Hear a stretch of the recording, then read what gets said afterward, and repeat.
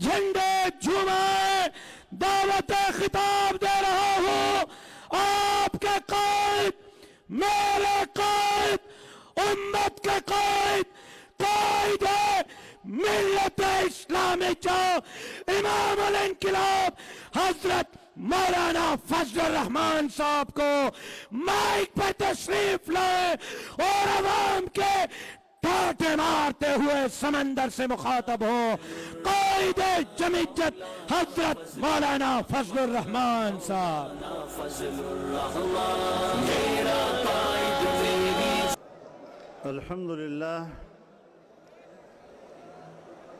الحمد لله وكفى وسلام على عباده الذين اصطفى لا سيما على سيد الرسل وخاتم الأنبياء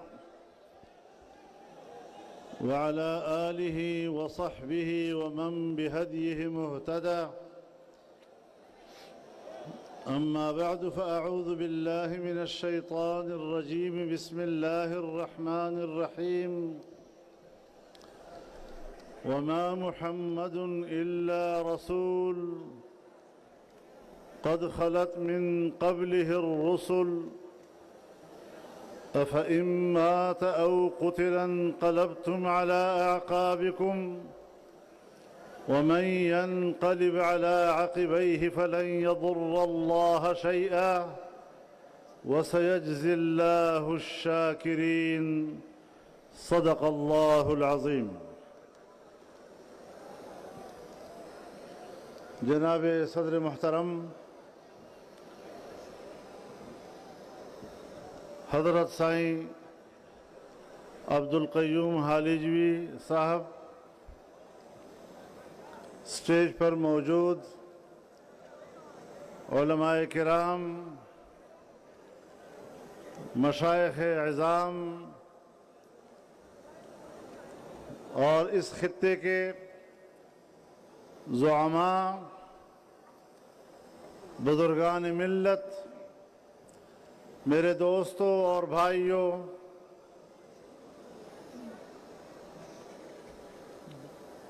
میں صرف شکریہ ہی ادا نہیں کر رہا بلکہ اس عظیم الشان تاریخی اجتماع کو دیکھ کر میں آپ پر فخر کرتا ہوں.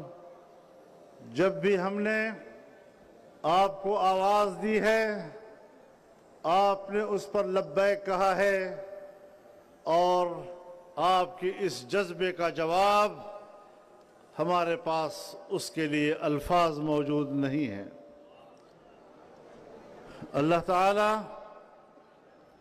آپ کے اس خلوص کو، آپ کے اس ولولے کو، آپ کے اس جذبے کو قبول فرمائے اور انشاءاللہ حالات کے تیور بتا رہے ہیں کہ اس ملک کا مستقبل آپ کا منتظر ہے اور انشاءاللہ اب اس ملک کے قیام کا اصل مقصد پورا کرنے کے لیے جمعیت علماء اسلام کے کارکن میدان میں پرعزم ہیں. میرے محترم دوستو، ہمارے بھائی ڈاکٹر خالد محمود سومرو شہید، ہمارے بزرگ مخدوم مقتدی حضرت مولانا عبدالصمد حالیجوی رحمہ اللہ، ان کی نسبت سے آج اس جلسے کا نام باب الاسلام رکھا گیا ہے تاکہ دنیا کو بتایا جا سکے کہ یہ ہماری تاریخ ہے.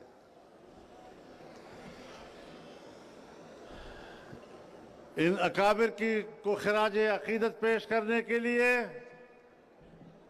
باب الاسلام کا عنوان یہ ہماری تاریخ ہے. اور اگر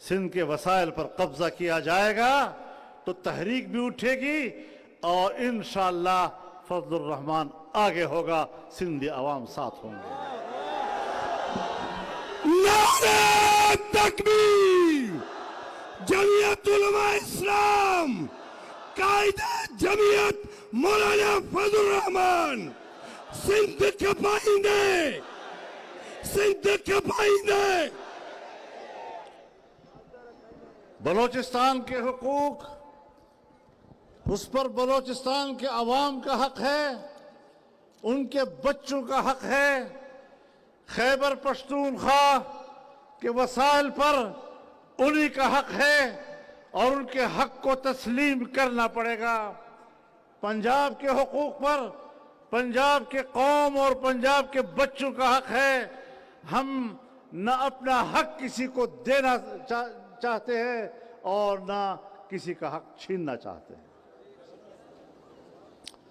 لیکن حقوق کی جنگ، اس کی تعلیم مجھے دین اسلام عطا کرتا ہے۔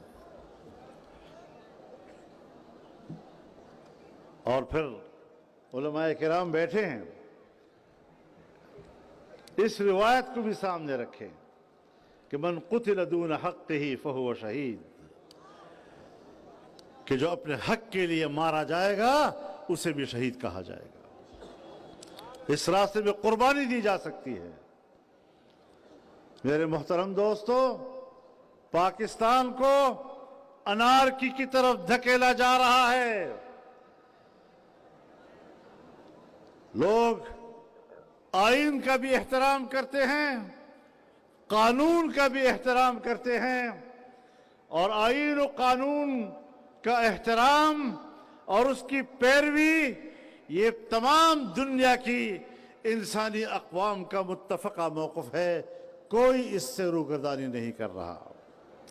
لیکن اگر میرے ملک میں قانون نہیں ہے اور قانون ہے تو اس پر عمل درآمد حکمرانوں کی طرف سے نہیں۔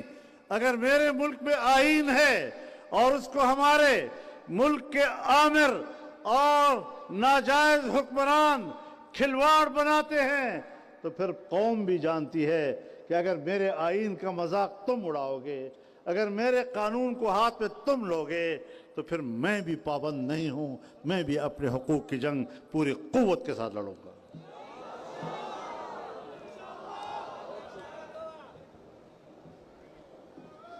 ہم اس ملک میں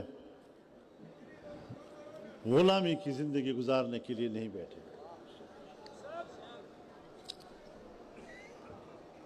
آزادی کی بات تو ہر ایک آدمی کر سکتا ہے، لیکن جب میں آزادی کی بات کرتا ہوں تو میری 300 سالہ تاریخ، میری پشت پر 300 سالہ تاریخ، وہ میرے اس دعوے کی تصدیق بھی کرتا ہے۔ آزادی کا سبق سیکھنا ہے تو آؤ ہم سے سیکھو۔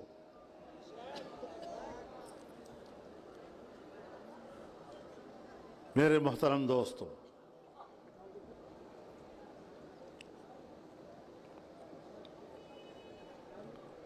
یہ اسمبلیاں بنائی جاتی ہیں، یہ عوام کی منتخب اسمبلیاں نہیں ہوتی، اور ہر اسمبلی کے حوالے سے ان کا ایک ایجنڈا ہوتا ہے کہ ہم نے ایک ایسی اسمبلی بنانی ہے کہ جس سے ہم یہ قانون سازی کرائیں گے، یہ ترمیم کرائیں گے، یہ تبدیلیاں کرائیں گے۔ چنانچہ آج کی اس پارلیمنٹ سے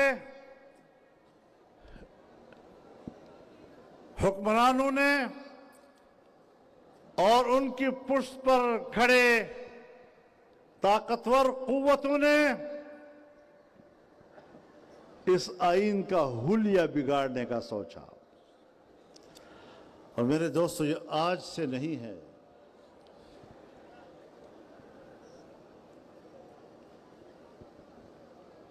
اس آئین کا مذاق جنرل ضیاء الحق نے بھی اڑایا تھا۔ اور جنرل ضیاء الحق کا مقابلہ بھی جمعیت کے کارکن نے کیا تھا۔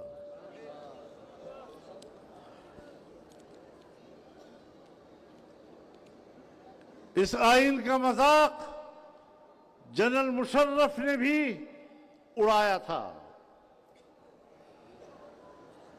اور پھر 18ویں ترمیم کے ذریعے سے اس کی تلافی کی گئی۔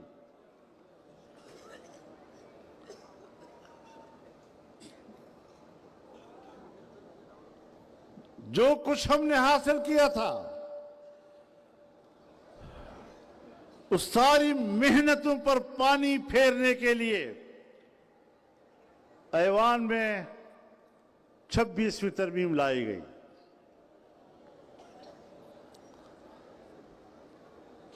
میں اس موضوع پر زیادہ تفصیلی بات نہیں کروں گا، لیکن تم نے جو ارادے قائم کیے تھے، تم نے جو دھاندلی کی، تم نے جس طرح اسمبلیاں وجود پذیر بنائیں، تم نے جس طرح کی اسمبلیاں منتخب کرائیں، دھاندلیاں کرا کے اپنی مرضی کی اکثریتیں بنائیں، تم نے جمعیت علماء اسلام کے ساتھ جو ظلم کیا کہ اگر ہمارے 16 سیٹیں تھیں تو وہ 8 سیٹوں پہ آ گئی قومی اسمبلی میں۔ یہ آپ کا روش تھی کہ یہ جمعیت والے یہ پھر رکاوٹ بنتے ہیں، یہ ہم سے اپنی مرضی کراتے ہیں، تو 16 سے بھی کم کرو ان کو۔ اب ہمارے پاس 8 سیٹیں تھیں، سینٹ میں 5 سیٹیں تھیں۔ اللہ نے ایسا پھنسایا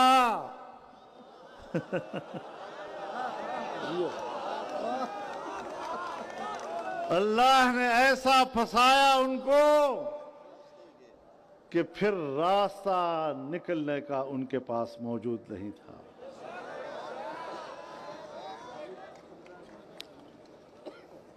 جب ترمیم کی بات ہوئی تو مجھے کہنے لگے آج ہی آج پاس کر دی ہے۔ میں نے کہا پاس تو ہوتا ہے جب کوئی مسودہ تو ہوگا، پہلے مسودہ تو بناؤ، پھر ہم مسودہ دیکھیں گے کہ اس میں تم نے کیا گل کھلائے ہیں۔ تیسرے دن رات کے کہیں 2-2:30 بجے ہمیں مسودہ ملا ایک کالے لفافے میں۔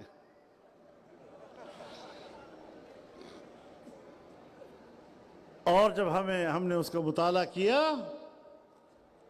تو وہ آئینی ترمیم نہیں تھی، وہ ایک کالا ناگ تھا جس سے قوم کو ڈسا جا رہا تھا۔ اور اس آئینی ترمیم کا آغاز آئین کے بنیادی انسانی حقوق سے تھا، جس میں بنیادی انسانی حقوق پامال کر دیے گئے تھے، اور برائے نام جمہوریت اور دراصل مارشل لا اس طرح کا ایک اس پہ ترمیم لائی گئی۔ عدلیہ کا بیڑا غرق کر دیا گیا تھا، اس کے اندر عدلیہ کو غلام بنا دیا گیا تھا۔ اور پھر جس طریقے سے انہوں نے اسمبلیوں کے ساتھ کھلواڑ کیا، ہم نے کہا کہ آپ کی گنتی ہمارے ووٹ کے بغیر پوری نہیں ہو رہی، سوال ہی پیدا نہیں ہوتا کہ آپ آئین کا حلیہ بگاڑ سکیں۔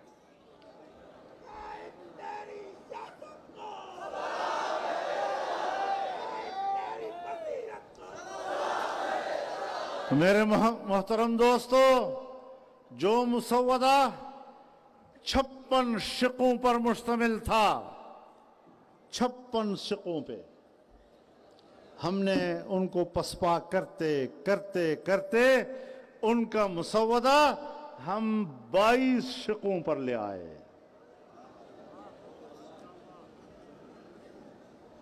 ایک مہینہ لگا اس پہ،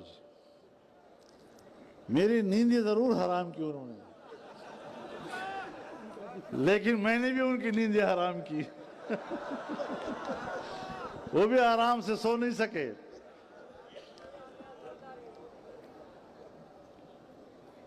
اور پھر ایک قابل قبول مسودہ بنا۔ پھر ہم نے اس میں اپنی شقیں اضافہ کی۔ جب 5 شقیں ہم نے اضافہ کی تو 22 سے 27 شقیں ہو گئی۔ جس میں ہم نے سود کے خاتمے کا شق اس پہ ڈالا، جس میں ہم نے وفاقی شرعی عدالت کو طاقتور اور با اختیار بنایا اور اس کے فیصلے کو نافذ العمل قرار دلوایا۔ ہم نے اس میں عدلیہ کا تحفظ کرایا اور اسلامی نظریاتی کونسل کی سفارشات اس پر اسمبلی کو بحث میں لانے کو دستوری تحفظ فراہم کیا۔ تو میرے محترم دوستو، 8 اراکین کے ساتھ اتنی پیش رفت میں سمجھتا ہوں کہ جمعیت علماء اسلام کے اور پاکستان کے اندر دیندار طبقے کے آرزوؤں کا مداوع ہو سکا۔ نعرہ تکبیر، زندہ ہے جمعیت، ایوان میں جمعیت، میدان میں جمعیت۔ آپ حضرات کی قوت تھی،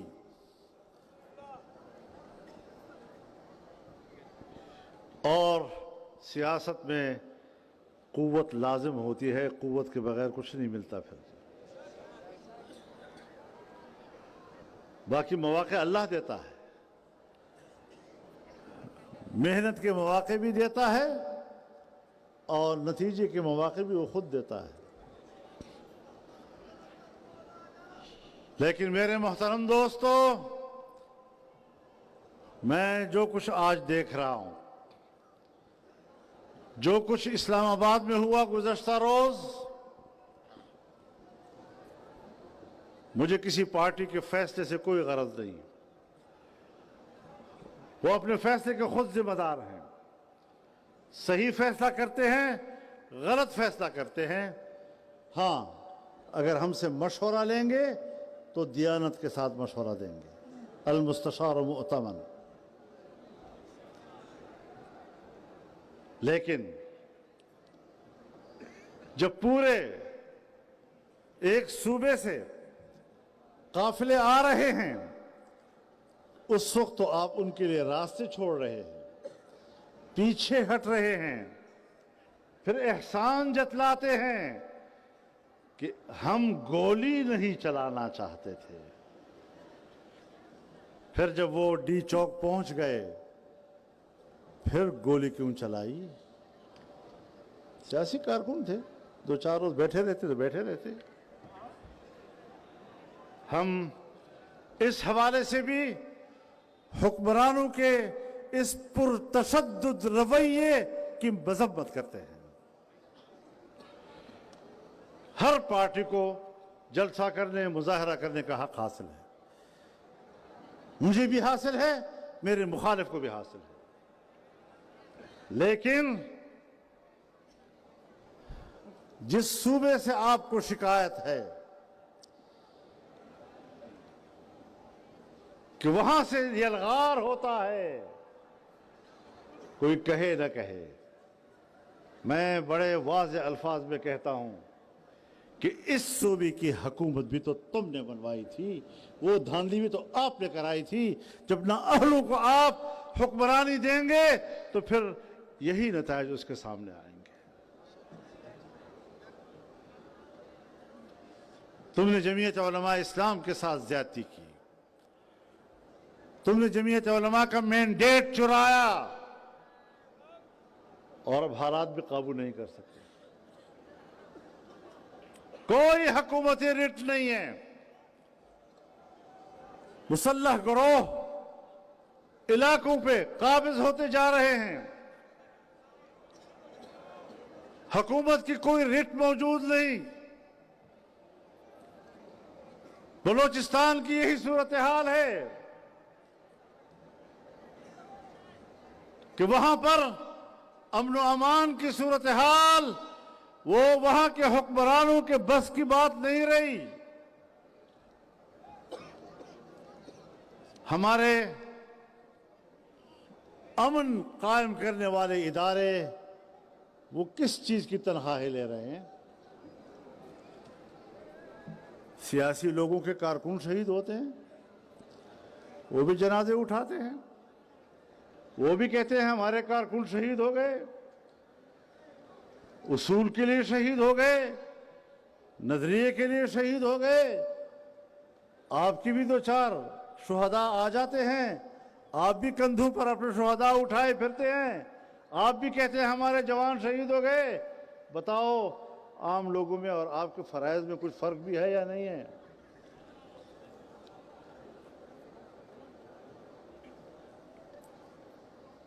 تو ملک کو سنبھالنا ہے، یہ ملک ہمارا ملک ہے، یہ ہم سب کا ملک ہے۔ ہم اس ملک کے اندر رہتے ہوئے اور اس ملک کو مستحکم کرنے کی جدوجہد کرتے ہوئے اس کے اندر اپنے حقوق کی جنگ لڑیں گے۔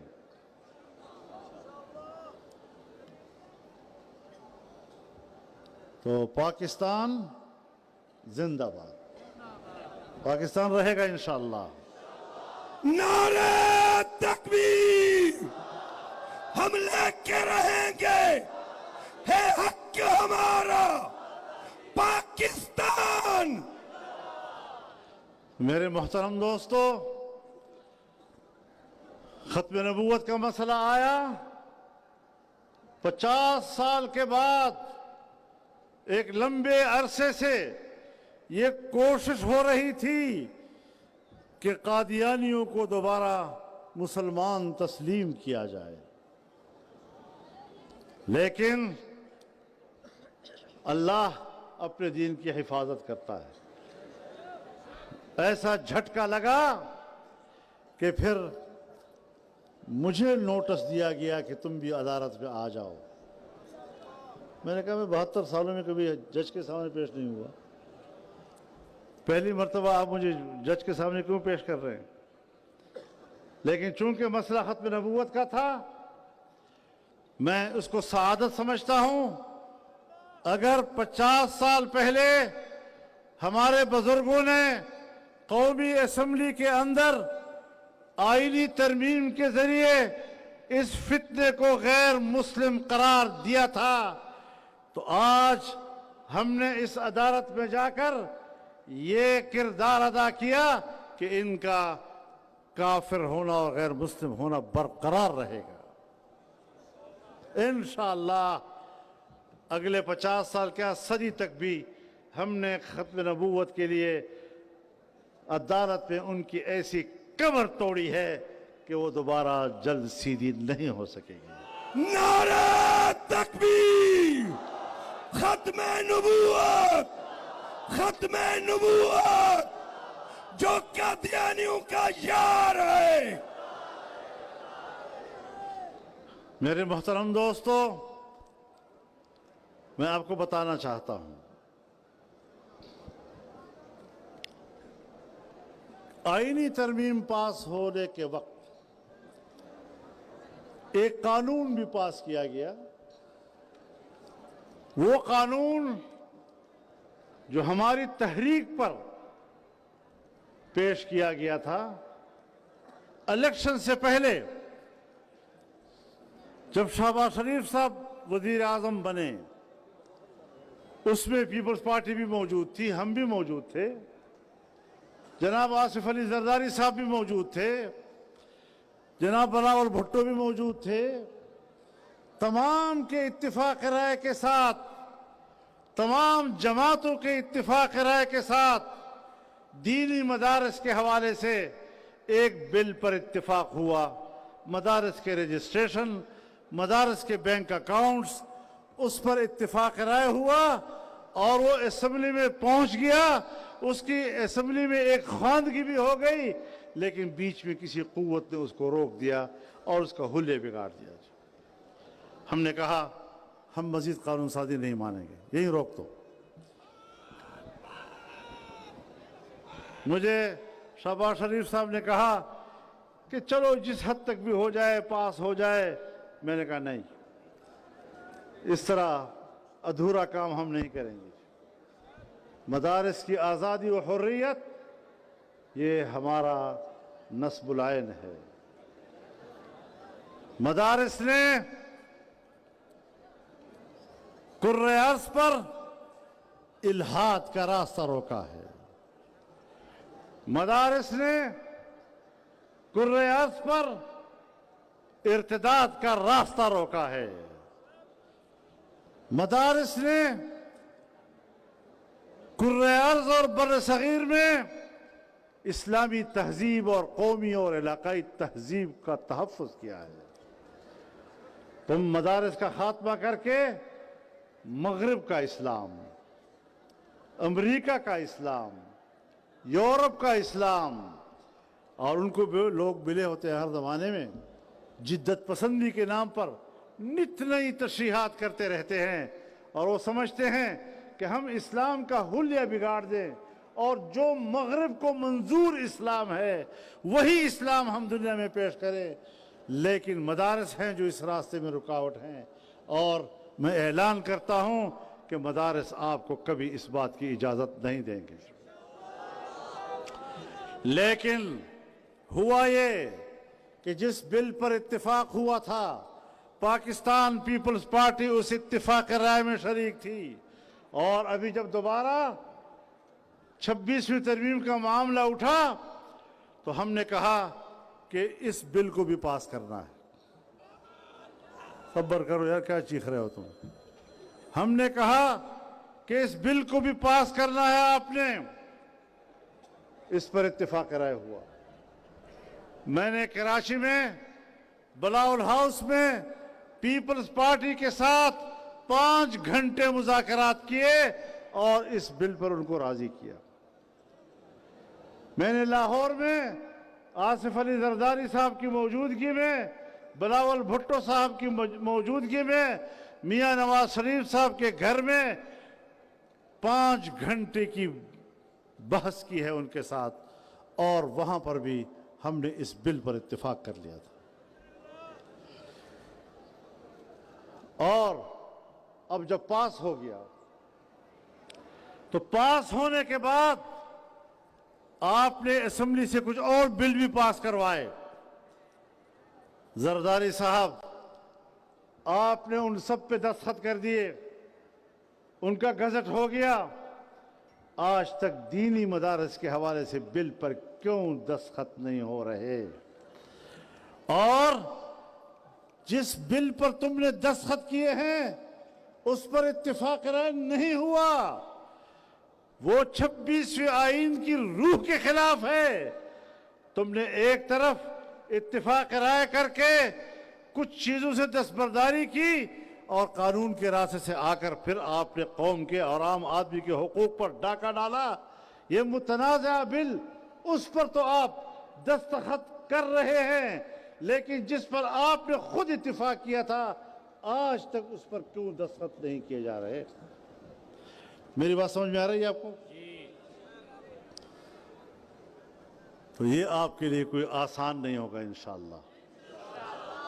اور جمعیت علماء اسلام پورے ملک میں کونے کونے میں، اور دینی مدارس ملک کے کونے کونے میں اب اٹھیں گے اور وہ اسلام آباد کا رخ کریں گے، اور جب یہ دنیا اسلام آباد کی طرف جائے گی تو تمہارا باپ بھی ہمارا راستہ نہیں روک سکے۔ لبیک لبیک! ایسے نہیں، مدارس کے چوکیدار ذرا بولیں لبیک لبیک لبیک لبیک لبیک لبیک لبیک لبیک! اسلام آباد ابھی چلے، ہم ابھی آپ کے ساتھ اسلام آباد چلیں گے، ابھی روانہ ہوں گے، ابھی چلیں گے۔ میرے دوستو، ہم ہر مسئلے پر ہنگامہ آرائی نہیں کیا کرتے۔ ہمارا احتجاج اور ہمارا سوال بڑا مضبوط اور دلیل کی بنیاد پر ہے، اور اگر اس پر دستخط نہیں ہوتے تو پھر انشاءاللہ 8 دسمبر کو جب پشاور میں اسرائیل مرد آباد کا نعرہ لگے گا،